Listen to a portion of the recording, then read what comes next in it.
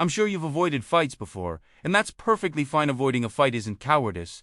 It's rational. But what happens when you can't avoid it anymore? When the threat is imminent and your brain decides diplomacy is no longer an option? Here, from one second to the next, you're not thinking anymore. You're just reacting. Let's look at the science behind your first fight. Say you're calm, talking, walking, living, and suddenly something changes.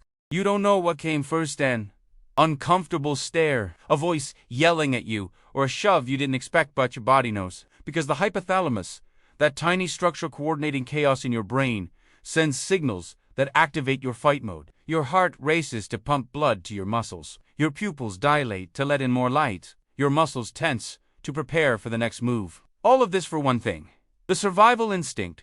Once the body's prepared, the prefrontal cortex, where reason life starts shutting down bit by bit. You're not here to make ethical calculations anymore. Meanwhile, the amygdala, which processes fear, takes control. So while terrified, here comes the adrenaline and noradrenaline, flooding your system like a protest in full swing. You start feeling a buzzing in your ears. Your hands tremble. And the question appears, is there a way to avoid this? Can I talk it out, run, or disappear? Sometimes the answer is no. And there you are, facing someone who's literally experiencing the same thing as you, unless they're a professional boxer used to this feeling. But anyway, thanks to your brain, the environment shrinks. It's like there's no one else around. And you're focused on you and that other person. It literally becomes a reduced space where logic flies out the window and only muscle memory or instinct remains. If the problem continues, movement begins. You don't know who threw the first punch. You just know the world became fast, confusing, and your body acts without permission. Your muscle memory, if you have any, activates. But if you've never trained in any contact sport, all you'll have is instinct. And let me tell you, instinct is zero elegant. In fact, it's pretty clumsy and desperate. Your punches won't be precise, just be poorly directed electrical impulses from your nerves. And that has an explanation.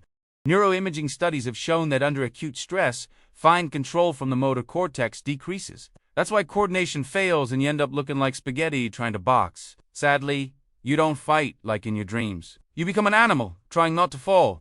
And if you get hit, the pain isn't what you imagined. Some describe it as something cold running across your skin, a dull sensation like something's not working right.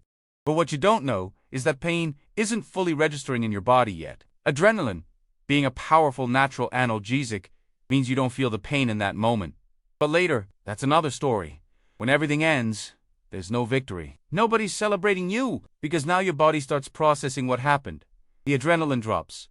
A tremor arrives in your hands. And obviously, the pain, and with it, consciousness too. The prefrontal cortex starts waking up again, and you ask yourself, what did I do?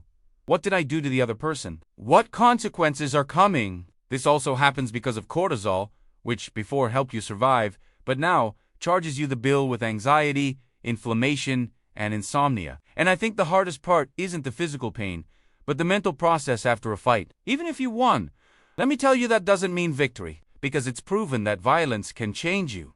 It marks and shakes up your life. A 2020 study in Neuroscience and Biobehavioral Reviews found that even single episodes of interpersonal violence can alter stress response systems long-term, affecting how your brain processes threats for months or even years afterward. Your amygdala becomes hypervigilant. Your cortisol regulation gets disrupted, and you might develop heightened anxiety responses to confrontation. So here's the thing. If you can walk an extra block, take a step back, or simply not respond, because it's harder not to fight than to fight. And that, ironically, is what makes you stronger. Your first fight isn't heroic or cinematic. It's chaotic, terrifying, and leaves scars both visible and invisible.